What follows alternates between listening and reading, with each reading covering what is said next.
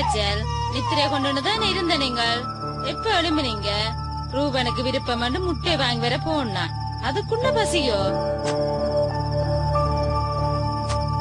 அச்சா பிள்ளையல்லோ அழாம உள்ள வாங்கோ. என்ற செல்லமெல்லாம் அழக்கூடாது. எங்க இருங்க இருங்க, அழாம இருங்க. தம்பி இந்த நிமிந்து பாரு இருக்கா. ரூபன் அழாம பொம்மைகளோட சேர்ந்து விளையாடி கொண்டு இருப்பியலாம். அம்மா ஓடி போய் 5 நிமிஷத்துல முட்டை பறிச்சு கொண்டு வருவேனாம். என்ன பிள்ளைக்கு ரெயின் செஞ்சாச்சு, விளையாடி கொண்டு இருங்கோ. சரி, தம்பிக்கு ஒரு கதை சொல்றேன், அழாம கேளுங்கோ. ஒரு ஊர்ல ஒரு பெரிய குடும்பம் இருந்தாங்களாம். அதுக்கு பிறகு இன்னொரு குடும்பம் அங்க வந்து அவர்களோட சேர்ந்து இருந்தாங்களாம். 2 குடும்பமும் தமையன் தம்பி போல ஒன்றா சேர்ந்து வாழ்ந்தாங்களாம். திடீரென்று ஒரு நாள் உலகத்தை ஆட்டி பறிச்ச ஒருதன் இவங்களையும் அடிமைப்படுத்தினானாம். அதுக்கு பிறகு 2 குடும்பமும் சேர்ந்து போராடி நிறைய உயிர் தியாகம் செய்து அடிமை விலங்க உடைச்சாங்களாம். அவனும் போற போது தந்திரமா வந்து சேர்ந்த குடும்பத்துக்கிட்ட தலைமைய கொடுத்துட்டு போனானாம். பெரிய குடும்பமும் பெருந்தன்மையா விட்டு கொடுத்துட்டாங்களாம். அதிகாரம் வந்தவுடனே அவங்க நம்ம குடும்பத்தை அடக்கி ஆள ஆரம்பிச்சுட்டாங்களாம். பொறுத்திருந்து பார்த்த எங்க குடும்பத்துல திடீரென்று ஒரு அண்ணன் எதிர்த்தடிக்க ஆரம்பிச்சுட்டாராம். அதிகாரம் பண்ணி அடக்கலாம் நினைச்சவங்க இன்னைக்கு ஏண்டா ஆரம்பிச்சோம்னு பயந்து போய் ஒளிஞ்சு ஒளிஞ்சு அடிக்கிறாங்களாம். எங்க ஒரு வாய் சாப்பிடுங்க, அம்மாக்காக என் செல்லமெல்லாம் ஒரு வாய், ஒரே வாய்.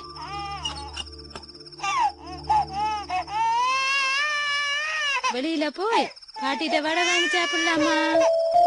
அங்க பாரு, பாட்டி வடை சுட்டு கொண்டிருக்கிறா. ரூபனுக்கு மொத்தமா கேப்பமா வேண்டாமோ? சரி, நமக்கு சேர வேண்டிய பங்க மட்டும் கேப்பம். மகன் அழாம சாப்பிட்டு கொண்டே கேளுங்க பாப்போம். வேண்டாமோ? அங்க பாரு மின்மினி பூச்சி, ரூபனுக்கு ஒன்று பிடிப்பமா? பிடிச்சு வீட்டுக்குள்ள வைப்பம். என்னையா உனக்கு வேணும்? சரி, பனி பெய்யுது, நாங்கள் வீட்டுக்குள்ள போய் சாப்பிடுவோம்.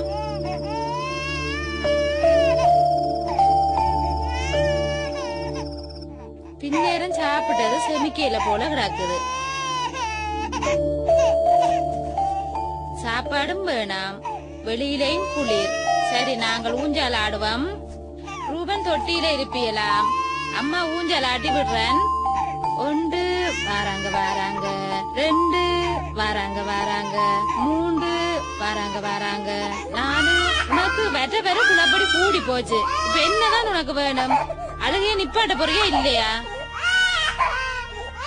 என்ன தங்க அங்க ஒரே சத்தமா இருக்கு? அவன் என்ன ரொம்ப குழப்படி பண்றானு? ஒன்றுமில்லையண்ணா, சாப்பிட மாட்டேங்கிறா. செல்வ கூட தேத்தன ரொட்டி சாப்பிட்டானு இல்ல, அதான் பசியில போல இருக்கு. ஏனையில போடு. சரி அண்ணா. ஐப்பசி வந்த மாசம் 6 ஆகுது. இந்த பிள்ளையின் அழகு நிப்பாட்ட எங்களுக்கு தெரியல. எல்லாம் எங்கட தலைவிதி.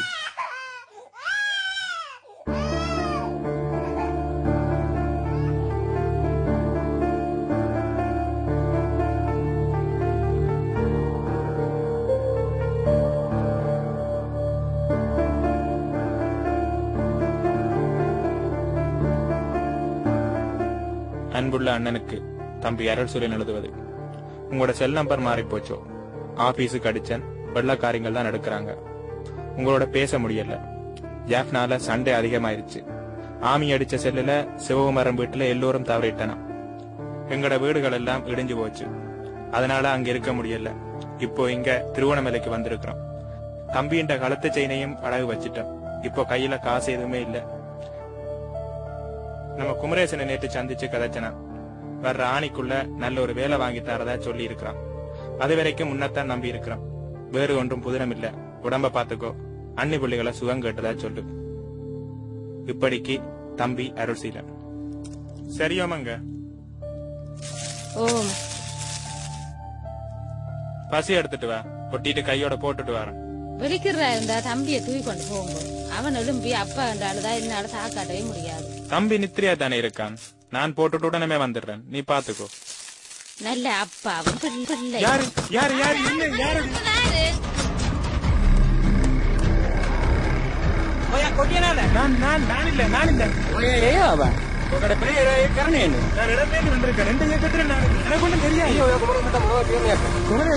வேலை விஷயமா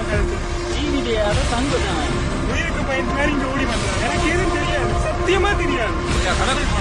எனக்கு ஏதும் தெரியாது.